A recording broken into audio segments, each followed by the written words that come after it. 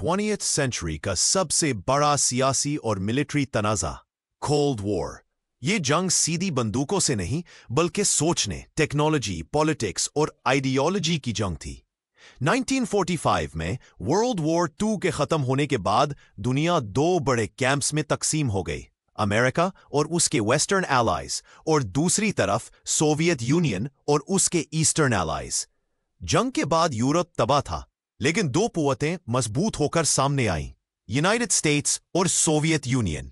America democracy और capitalism का supporter था, जबकि सोवियत यूनियन कम्युनिज्म का परचम लेकर खड़ा था। ये मुख्तलिफ नजरियात और पॉलिटिकल सिस्टम ने दोनों सुपर पावर्स को सीधा आमने सामने ला दिया। यूरोप दो हिस्सों में तकसीम हो गया, वेस्टर्न यूरोप में अमेरिका का असर, जबकि ईस्टर्न यूरोप में सोवियत यूनियन का कंट्रोल। विंस्टन चर्चिल ने इस हालात को आयरन कर्टन का नाम दिया, जो यूरोप को दो कैब्स में डिवाइड कर रही थी।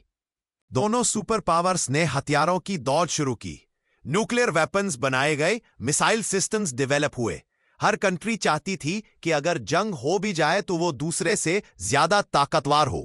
इस रेस ने पूरी दुनिया को डरा दिया कि कहीं न्यूक्लियर वॉर ना शुरू हो जाए। कोल्ड वॉर सिर्फ जमीन तक महदूद नहीं रही। 1957 में सोवियत यूनियन ने स्पुतनिक सैटेलाइट लॉन्च करके सबको हैरान कर दिया। फिर यूरी गागरिन पहला इंसान बना जो स्पेस में गया। अमेरिका ने जवाब दिया अपोलो प्रोग्राम के जरिए, और 1959 में नील आर्मस्ट्रॉन्ग चांद पर कदम रखकर अमेरिका को स्पेस रेस का विनर बनाया।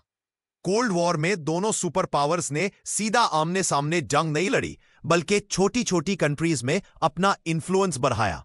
Korea war, Vietnam war, Afghanistan war, सब प्रॉक्सी वॉर्स थे। हर जगह अमेरिका और सोवियत यूनियन अपने एलाइज के जरिए लड़ रहे थे। 1962 का Cuban missile crisis cold war का सबसे खतरनाक लम्हा था।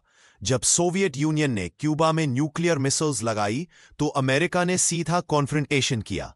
दुनिया न्यूक्लियर वॉर के करीब पहुंच गई, लेकिन आखिरकार दोनों ने समझौता कर लिया और जंग बच गई। 1970s में दोनों कंट्रीज ने समझना शुरू किया कि ये रेस इंसानियत के लिए तबाही बन सकती है।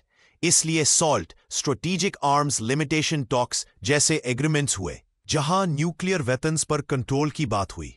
1979 में सोवियत यूनियन ने अफगानिस्तान पर हमला किया और अमेरिका ने मुजाहिदीन की मदद शुरू कर दी।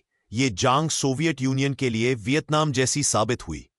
इकोनॉमिक क्राइसिस, मिलिट्री खर्च और अवाम की बेचैनी ने सोवियत सिस्टम को कमजोर कर दिया।